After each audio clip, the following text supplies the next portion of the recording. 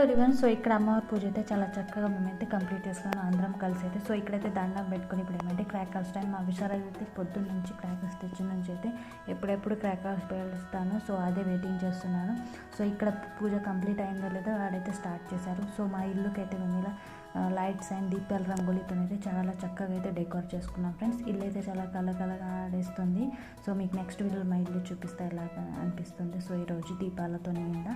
So మేమైతే ఒక్కొక్కరు కలిసి అయితే అన్నీ అయితే క్రాకర్స్ పేల్చాం ఫ్రెండ్స్. సో మా విషయాలు చాలా ఎంజాయ్ చేస్తున్న వాళ్ళ అన్నయ్యతోని. సో